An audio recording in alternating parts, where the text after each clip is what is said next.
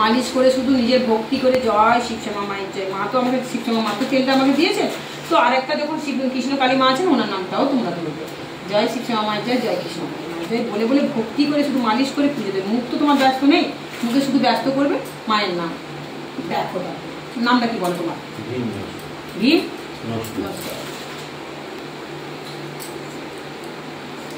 গোত্র কি?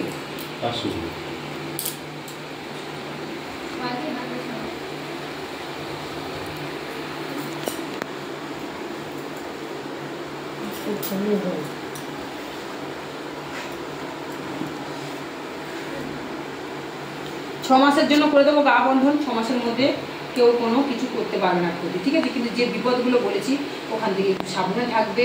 গা বন্ধন হওয়ার পর ওনার ব্রেন এমন হয়ে যাবে, মানে ওনাকে মানে সবসময় মনে মনে সতর্ক থাকা থাকবে, অন্য মানুষটা উনি আর ভাবে না, ঠিক আছে?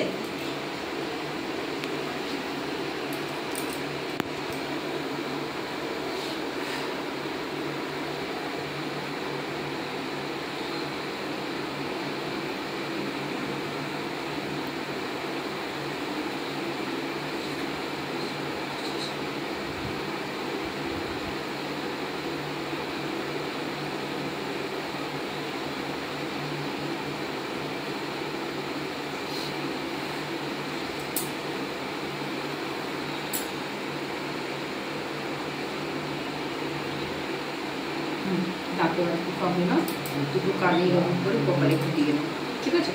মায়ের নাম করে না। আচ্ছা, তোমার এত বড় একটা অ্যাক্সিডেন্ট গেছে, বুঝতে পেরেছো? সাবধানে থাকবে। শ্বাসকষ্ট দেখা দেবে। শ্বাসকষ্ট হচ্ছে কি? শ্বাসকষ্ট পাইনি, কি হয় তোমার? দমের কষ্ট হয়েছিল, ঠিক আছে? ওগুলো সব ঠিক হয়ে যাবে, তোমাকে আর চিন্তা করতে হবে না। কিন্তু যে 25 সালে যে ঘটনাটা ঘটবে একটু সেই সময় সাবধান থাকবে। হয় তোমার নিজের বাইকে, হয় নইলে রাস্তাঘাটে কোনো একটা গাড়ি ঘোড়ার মধ্যে, হয়তো কোনো একটা ফোনে হয়তো কোনো ব্যস্ত থাকতে পারো বা মনটা অন্যরকম হয়ে যাবে, একটু সাবধানে থাকবে। বা লাইনে রেলগেট পাড়ানোর সময় এটাও তোমাকে থাকতে হবে সাবধানে, ঠিক আছে? চিন্তা করো। তবে এই 2-3 মাস কিছু হচ্ছে না, 2-3 মাস এখন নেই ফাড়াটা। তারপরে তবে তোমাকে মনে করে 2-3 মাস পরে কি তুমি সাবধান হবে না? তোমাকে ভালোভাবে সাবধান থাকতে হবে, সাবধানের মানে, ঠিক আছে? গা বন্ধন করে দিয়েছি, কোনো কেউ ক্ষতি করতে পারবে না। পিছনে অনেক শত্রু তোমার লেগেছে, ভাত খেতে খেতে কখনো পড়ে যায় মুখ থেকে খেতে খেতে, হ্যাঁ, মানে শত্রু লেগেছে। শোনো, আমি আর একটা কথা সবাইকে বলে দিচ্ছি, আমাদের শত্রু যখন লেগে যায় না, কি করে আমরা বুঝবো? যখন দেখবে সে মুড়ি খায়, লুচি খায়, ভাত খায়, কিছু তো খাচ্ছি, খেতে খেতে এরা মুখে না ঢোকানোর আগে পড়ে গেলে কোনো অসুবিধা নেই, কিন্তু খেতে খেতে মুখ নাড়াতে নাড়াতে মুখ থেকে পড়ে যাচ্ছে, মানে ভাবে তোমার পিছনে শত্রু অনেক লেগে গেছে। তখন তুমি কি করবে? শত্রুটাকে বাড়াবে না, এগুলো টোটকা। যদি হয়তো ঘরের মধ্যে খাচ্ছ, ভাত বা যাই খাচ্ছ পড়ে আছে, সেই ভাতটাকে ভালো জায়গা থাকলে তুলে খেয়ে নেবে, ওটাকে ফেলবে না। আর যদি দেখো কোনো খারাপ জায়গায় পড়েছে, হয়তো রাস্তাঘাটে কোথাও খাচ্ছ বা সেখানে তো তুমি কুড়িয়ে খেতে পারবে না, লোকে কি বলবে? তখন কি করবে? ওই জায়গাটা যেমন করে ওই জায়গায় থুতু ফেলে দেবে, ওই খাবার জায়গাটায় ওই এটো করে দেবে, ওটাকে মানে থুতু 3 বার ফেলে দেবে। তাহলে শত্রু তোমার বাড়বে না, বুঝেছো তো? শত্রু বাড়তেও দেবে না, আর শত্রু যেন না হয় এটা করবে।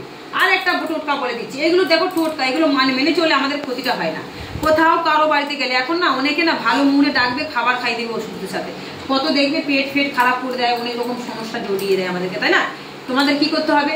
এবার হয়তো এমন মানুষ, ভালোবাসার মানুষ ডাকছে, কিন্তু অথচ সে তোমার সাথে শয়তানি করাচ্ছে, বিশ্বাস তো নেই, কাউকে বিশ্বাস নেই। তোমার নিজের হাত তুমি বিশ্বাস করো, হাত পাতে বিশ্বাস করো, এত সুন্দর করতে গেলে অ্যাক্সিডেন্টটা কি করবে?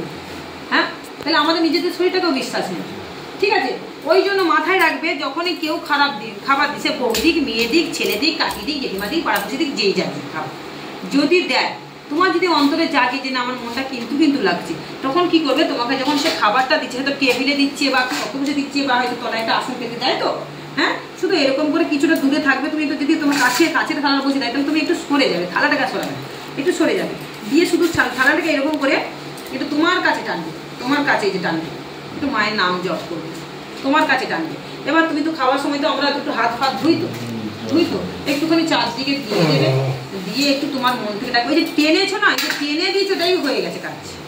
বসুমতী মা কিন্তু ওটাকে রক্ষা করে নিলে, তোমাকে যদি কিছু মিশিয়ে থাকে, কোনো টোটকা করে থাকে, তাহলে তোমার শরীরে আর কিন্তু কাজ দেবে না, সেটা কাটান হয়ে গেল, কেটে গেল।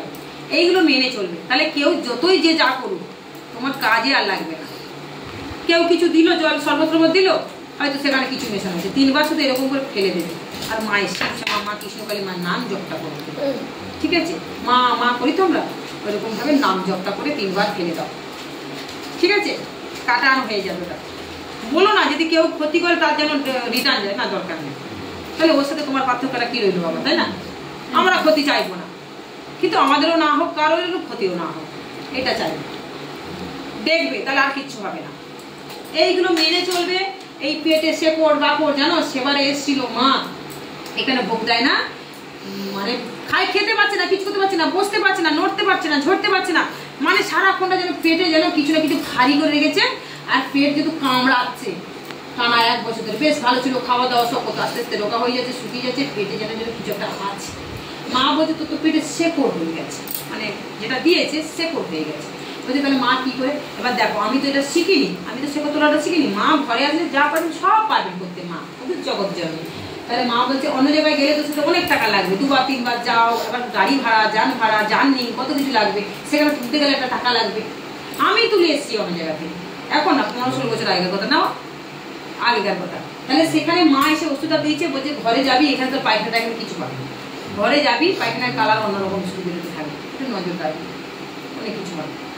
আর মা এটাও বলে দিলেন তুই ঘরে যাবি, শুধু তুই তো নিজের ঠাকুরের যে গ্লাস আছে ওখান থেকে জল নিবি, আর মা একটা ওষুধ দিলেন ওটাকে নিবি, নিয়ে ওটা গ্লাসের মধ্যে নিয়ে তুই নিজে শুয়ে পড়বি। মা নিজে বলছে, এগুলো মা বলে, শুয়ে পড়বি, নারীর মধ্যে তুই নিজের মতন গিয়ে একটু পবিত্র জায়গায় শুয়ে পড়ে আমার নামটা জপ করবি। তাহলে সে গ্লাসটা সাজিয়েছে, কিন্তু গ্লাসটা সে সাজিয়েছে।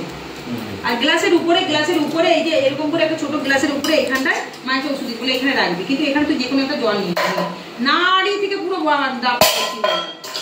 গ্লাসটা ভর্তি হয়ে গেল, কি না কি বেরোচ্ছে ওখান থেকে, মানে দেখে অবাক।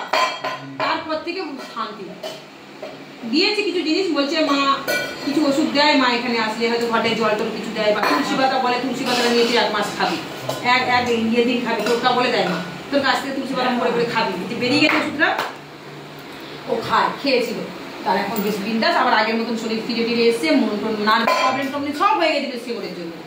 তাহলে মা জগৎ জননী মা আছেন বলেই কিন্তু করতে পারছেন। এইগুলো করতে গেলে কত টাকা পয়সা মানুষের লাগে বলতো? কত জায়গায় দেখো চিটফাট করছে, একটুখানি সুযোগ খুঁজে, জানো তো, ভক্তদের কেড়ে কুড়ে নিয়ে নিচ্ছে, বলছে দাও 1000 টাকা দাও, তোমার একটু ভালো করে দেবো।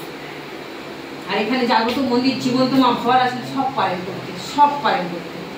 তোমার একটা সামান্য ফুল দেবে, বলবে এই ফুলটাকে নিয়ে তুমি তুলসী গাছে বেঁধে রেখে দাও, তোমার ঘরটা পুরো পরিচালনা করবে, ঘরে যত নেগেটিভ সব বিদায় হবে।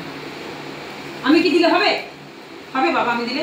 কখনই, কারণ আমি তো তোমাদের মতো মানুষ। আমাকে দিতে গেলে আমাকে তার জন্য অনেক কিছু মানে তৈরি করতে হয়েছে, ওর জন্য স্মৃতি লাভ করতে হয়েছে আমাকে বছর বছর। সেই গাছ গাছড়াগুলো কোথা থেকে আমাকে খুঁজে আনতে হয়েছে, পয়সা দিয়ে কিনে আনতে হয়েছে, তাহলে আমাকে সেগুলো দিতে গেলে আমাকে নিতে হবে। তাহলে মায়ের ঘরে কত কিছু ফিরে পাচ্ছে মানুষ।